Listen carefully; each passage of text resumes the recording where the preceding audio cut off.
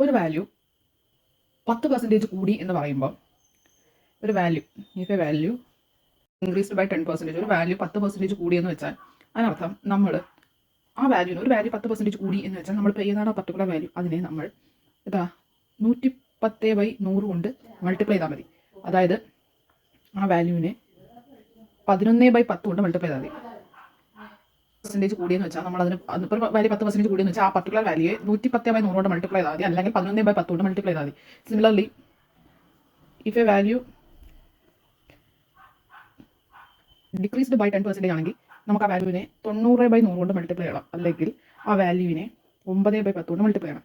So okay, അപ്പം ഇത് തന്നെയാണ് ഇവിടെ തന്നെ പറയാൻ പറ്റും. അല്ലെങ്കിൽ ആ വാല്യൂവിനെ 1.10, അതായത് ചെയ്യുമ്പോൾ നമുക്ക് 1.10 എന്ന് കിട്ടും. അതായത് ഒരു സ്ഥാനം മറ്റു 1.1 കൊണ്ട് മൾട്ടിപ്ലൈ. ഇത് നമ്മൾ ചെയ്യുമ്പോൾ എത്ര കിട്ടും? 0.9 കിട്ടത്തില്ലേ, ഇൻറ്റു 0.9. സോ ഇങ്ങനെയാണ് ചെയ്യാം. ഓക്കെ, അപ്പം ഒരു 2000 ഒരു വാല്യൂ ഉണ്ടായിരുന്നു വെച്ചാൽ അതെന്ന് പറയുന്നത് 100 2001 10% കൂടുന്നുണ്ട്, 2002 10% കുറയുന്നുണ്ട്, 2003 10% വീണ്ടും കൂടുന്നുണ്ട്. ഓക്കെ, 100ന്റെ 10% കൂടിയെന്ന് പറയുമ്പോൾ നമ്മൾ എഴുതും 100 × 110/100 ഇസ് ഈക്വൽ ടു 100 × 11/10.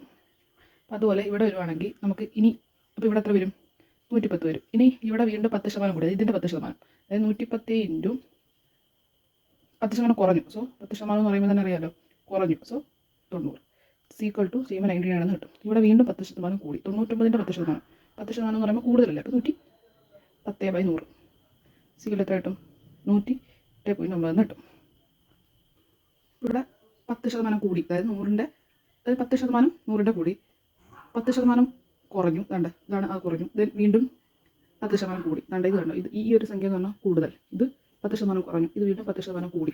ഓക്കെ, ഇപ്പോൾ ഏതൊരു സംഖ്യയും 10% കൂടി എന്ന് പറയുമ്പോൾ ഏതൊരു സംഖ്യ ആയാലും ഇപ്പോൾ ഒരു 500 ആയാലും അതിൻ്റെ 10% കൂടി എന്ന് വെച്ചാൽ നമ്മൾ അതിനെ 110/100 കൊണ്ട് മൾട്ടിപ്ലൈ ചെയ്താൽ മതി. ഇപ്പോൾ അതിൻ്റെ 50% കൂടി എന്ന് പറഞ്ഞാൽ നമ്മൾ 180/100 വെച്ച് ചെയ്യണം. നമുക്ക് ഒരെണ്ണത്തിൻ്റെ 50% കുറഞ്ഞെന്ന് പറഞ്ഞാൽ നമ്മൾ 50/100 ചെയ്യണം. ഓക്കെ, ഇങ്ങനത്തെയാണ്. സോ ഇത് വെച്ച് ചെയ്യുമ്പോഴത്തേക്ക് നമുക്കിപ്പോൾ ഇങ്ങനെ കിട്ടി.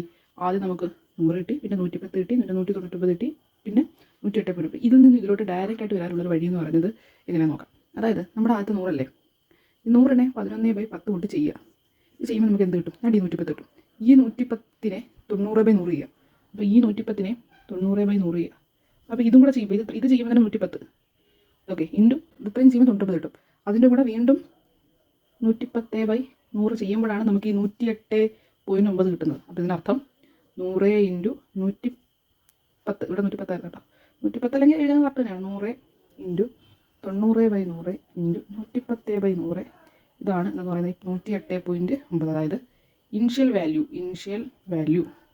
ഇൻറ്റു ആ പറയുന്ന റേഷ്യോ അതുപോലെ മൾട്ടിപ്ലൈ ചെയ്താൽ നമുക്ക് എന്ത് കിട്ടും? ഫൈനൽ വാല്യൂ കിട്ടും.